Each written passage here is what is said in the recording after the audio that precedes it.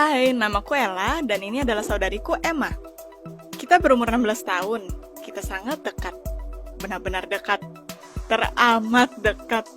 Pernahkah kamu menginginkan orang terdekatmu meninggalkanmu sendiri selamanya? Tonton videonya sampai akhir dan temukan bagaimana aku mencoba mewujudkan mimpi ini.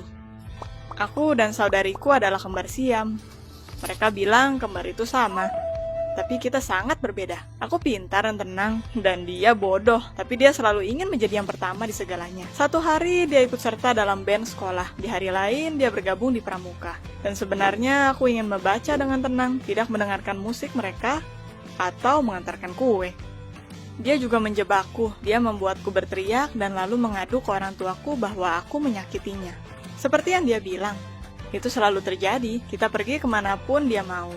Dan kita mengenakan apa yang dia kenakan. Dan kita pergi dengan teman-temannya. Bukan temanku. Kita tidak punya teman bersama. Suatu kali aku sangat kesal dengannya. Sampai aku tidak bicara selama seminggu. Dan tidak ada yang menyadarinya selain orang tua kami. Mereka khawatir dengan kami. Mereka ingin kita berdua bahagia. Tidak mungkin selama orang tidak berguna bernama Emma menempel di tubuhku. Aku tidak akan bahagia.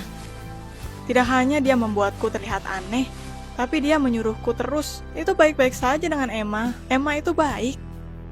Tidak ada yang menyadari betapa brengseknya dia. Aku suatu kali bertanya pada orang tuaku siapa yang lebih mereka sukai, aku atau dia. Mereka ragu, berkata kita berdua terlalu berbeda. Dan mereka menyayangi keduanya. Mereka menghindari pertanyaannya. Dan apakah semua anak di keluargamu dicintai secara sama? Atau yang satu lebih dari lainnya? Aku ingin bangkit dan pergi, dan membanting pintu untuk membuat mereka tahu bahwa aku tidak bercanda. Tapi yang terhormat Emma belum selesai makan. Dia sangat banyak makan sampai suatu saat kita akan menjadi gemuk. Ya, aku harus tinggal.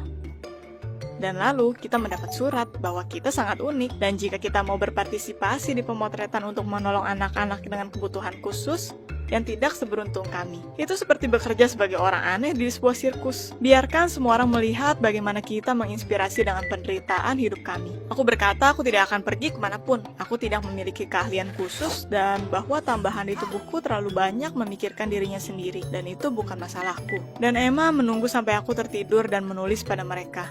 Berkata, kita sangat-sangat menginginkannya. Kita bermimpi untuk beraksi di depan kamera. Dan lalu apa? Kita harus pergi, karena kita berjanji. Aku berpikir aku akan membiarkan Emma menjadi badut dan berusaha untuk tidak terbakar malu. Seperti yang biasa aku alami.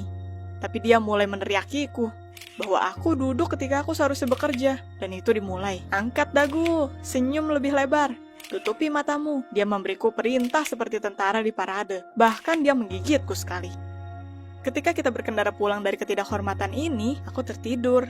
Dan aku memiliki mimpi. Aku sering memimpikannya. Saat aku berjalan menyusuri jalan sendiri, dan tidak ada orang yang menolong di telingaku, dan tidak ada yang memutuskan untukku kemana aku harus pergi. Aku dengan diriku sendiri. Aku bangun bahagia, lalu aku melihat Emma masih bersamaku dan aku hampir menangis putus asa. Ya oke, aku mendengar bahwa kembar siam dipisahkan. Dan ada operasi sukses. Mungkin kita akhirnya bisa dipisahkan. Aku menghabiskan sepanjang malam di internet, membaca bagaimana itu terjadi. Ternyata ada kesempatan. Untungnya Emma sedang mengobrol dengan temannya di chat dan tidak melihat apa yang aku lakukan. Pemotretan bodoh itu menghasilkan kehebohan. Semua orang sudah menatap kami, dan sekarang foto kami ada di berbagai web. Kita dikirimi banyak pesan di jaringan sosial tentang betapa keren dan tidak biasanya kami. Aku mengirim itu semua ke spam, dan Emma membalas berkata, terima kasih, itu sangat menyenangkan bahwa kamu menghargai pengalaman dan usaha kami. Dan kita dipanggil untuk berpartisipasi di proyek. Emma sangat senang. Aku sangat ingin menembak ke jatuh untuk berkata bahwa sesaat kita bisa dipisahkan, dan ketika kita berhenti menjadi kesalahan alam, tidak akan ada yang membutuhkan kami. Tidak bersama atau terpisah. Tapi entah mengapa aku merasa kasihan padanya. Dia sangat bahagia seperti seketika dia menjadi artis keren.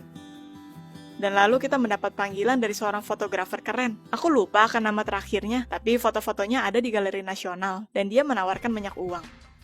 Dia ingin merekam kami sebagai pembantu dan nyonya. Semacam psikologi kecil. Itu sangat mendidik tapi sangat menyerang. Aku berpikir aku akan menjadi sang nyonya tentunya. Ya, aku memiliki wajah lebih tenang dan aku lebih cantik. Dan di lapangan ternyata si brengsek Emma juga ingin menjadi peran utamanya. Kehidupan nyata tidak cukup untuknya. Aku bertanya apa yang harus kulakukan dan fotografernya berkata bahwa itu keputusan kami siapa berperan menjadi siapa. Kita peserta yang setara untuk proyeknya. Aku berusaha untuk menyelesaikan masalah ini dengan Emma secara damai. Tapi itu tidak berhasil. Ketika kita selesai bertengkar, fotografernya memaksa agar kita diantar pulang. Dia berkata bahwa dia memberikan kami kesempatan kedua, tapi jika kita mengecewakannya, dia bukan hanya akan membatalkan kontrak, tapi juga menuntut uang untuk alat yang rusak dan energi yang terkuras. Kita tidak berbicara dengan satu sama lain selama 3 hari, dan aku tahu itu adalah waktunya. Saat makan malam, aku berkata pada ibu, ayah, dan Emma bahwa aku ingin dioperasi, dan supaya itu tidak menjadi perdebatan, aku menambahkan bahwa keputusanku sudah bulat. Apakah kamu tidak ingin memiliki tubuhmu sendiri dan ruang pribadi jika kamu adalah aku? Tubuhku pingsan. Bisakah kamu bayangkan? Ayah membawanya ke belakang tapi melarangku untuk melanjutkan diskusi akan topik itu. Mereka sudah cukup memikirkannya sejak kami kecil, dan aku harus berhenti membuat ibuku sedih, seakan ini adalah masalah ibuku dan bukan masalah kami. Dia menyuruh Emma dan aku kembali ke kamar dan mendiskusikan itu berdua. Emma bertanya padaku mengapa aku ingin dipisahkan. Ya benar, dia sebodoh ini. Aku menceritakannya tentang mimpiku, tentang kesenangannya, bahwa aku akhirnya sendiri dengan tubuhku. Dan Emma seketika mulai menangis dan dia berkata dia tidak tahu seberapa buruknya perasaanku dan terlalu dekatnya diriku padanya. Dia akhirnya menyadari bahwa terlalu sering hal tidak berjalan sesuai keinginanku. Bahwa dia menaruh tekanan padaku, mengalahkanku dan semuanya. Aku berkata padanya itu menyenangkan untuk mendengar dia lebih pintar, tapi tidak akan mengubah pikiranku. Itu pertama kalinya dalam hidupku bahwa aku dianggap serius. Orang tuaku bahkan mengantar kami ke klinik yang memisahkan kembaran. Kita diperiksa dengan berbagai cara dan lalu dokter memberikan kami keputusan. Mereka bisa memisahkan kami, tapi tidak sepenuhnya. Aku pikir aku akan baik-baik saja, kecuali aku akan pincang. Itu tidak masalah, tapi Emma akan memiliki masa sulit. Apa yang bisa aku katakan? Tidak semuanya terpisah sama. Ya, tubuhnya tidak akan terlalu indah. Aku berpikir Emma akan marah. Tapi dia melihatku di mata dan seketika berkata dia bersedia untuk memakai prostetik dan yang lainnya. Aku keluar, tapi aku berkata aku tidak mau memutuskan semuanya sekarang dan akan memikirkannya. Emma seperti telah digantikan. Dia diam sepanjang perjalanan pulang. Dan setelah itu, dan keesokan paginya, dia tidak bertengkar denganku di kamar mandi tentang siapa yang harus terlebih dahulu menggosok gigi. Dia tidak berdebat soal sarapan. Itu baik. Tapi aku tidak terasa seperti Emma ada di sana, tapi seperti orang yang benar-benar asing. Kesunyian Emma membuat itu sulit untukku, dan aku bertanya apa yang akan dia lakukan jika operasinya dilakukan. Dia menjawab bahwa dia akan pergi ke kota lain dan tinggal sendiri, untuk membiasakan diri dengan tubuhnya sendiri. Aku terkejut, maksudku aku pikir kita hanya akan terpisah, bangun di jam yang berbeda, mengerjakan urusan kami sendiri. Tapi kita akan tetap bersama. Satu keluarga. Aku menyadari bahwa walaupun aku bukan fans dari Emma, aku akan sangat merindukannya. Lalu aku memiliki mimpi. Tidak sama seperti biasanya. Aku sendiri di tubuhku lagi, tapi sekarang aku berlari di sekeliling kota mencari seseorang. Aku tidak bisa mengingat siapa yang aku cari. Nama, suara, tampilan wajahnya. Aku sangat kesepian. Aku bangun berteriak. Emma terbangun juga dan berbisik padaku, itu hanya sebuah mimpi. Bahwa semuanya baik-baik saja.